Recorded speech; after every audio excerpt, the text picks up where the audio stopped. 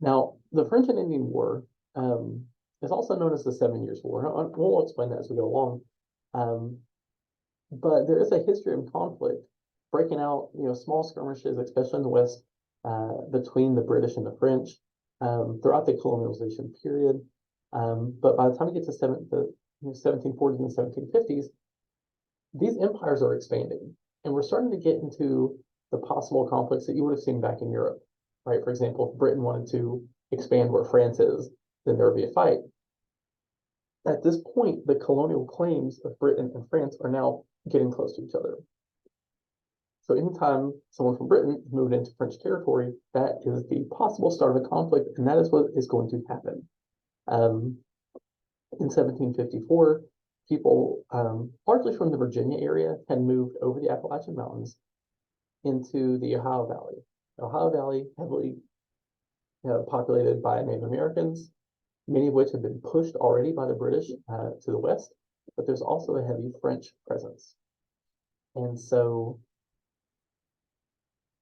to protect some of these settlers, the Virginia militia dispatches to across the mountains into the Ohio Valley. Now again, go back to our map. That's French territory, right? You have British colonists moving into French territory and then bringing their militias to protect them. That's going to lead to a problem. France is prepared to defend their territory, and that's what's going to happen. There's an initial fight at Fort Duquesne. The Virginia militia is sort of defeated on the way back. They set up a stop at Fort Necessity, also kind of defeated there. And the Virginia militia is basically pushed back. They go back into Virginia.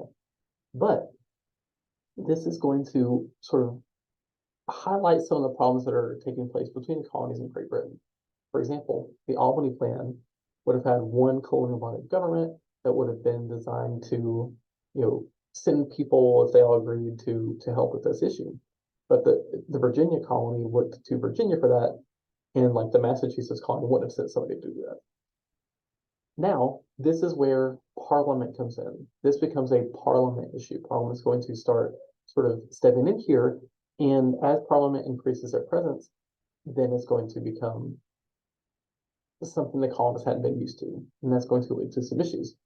But that initial Virginia militia, led by this guy, George Washington, a young George Washington, and he's going to be defeated. There's a lot of stuff out there that we're going to talk about Washington's success or lack of success in military campaigns, but he's going to start making a name for himself here. And the militia is doing this sort of fighting and fighting with the British military during the French and Indian War. Now, notice this has a 9-year date, starts here in 1754. It's going to last until 1763, and we're going to break it up here into 3 phases. And let's go ahead and look here at the first phase, which is the first couple of years of fighting. And this is, most of the fighting is here in North America, along the Appalachians and the western portion of the British colonies. A lot of Native American groups are going to either remain neutral or fight with the French. Some Native American groups are going to fight with the British, but for the most part, France is going to rely on Native American assistance to push back the British in the first year or two of fighting. Now, the Iroquois Confederacy is one of the most sort of powerful groups in this region of fighting. They stay out of it. They try to remain neutral. They trade with both sides. They like to play off both sides if possible. But the French, especially in this conflict, the British had been pushing Native Americans back and had been fighting with Native Americans for a long time. So they tend to side with France more in this conflict as it comes up. And this first phase of fighting is going to be marked with sort of more of like, I guess, unorthodox method of fighting. It's not like line up in the field and fighting, frontier attacks, raids, that sort of thing.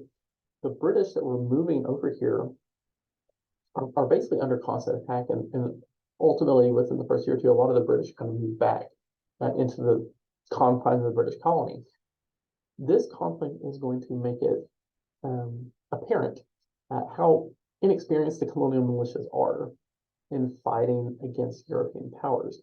Now, again, there had been fights and skirmishes here and there, but colonial militias don't have a whole lot of experience fighting, other than like raids and things and small conflicts with Native Americans from the beginning all the way to this point.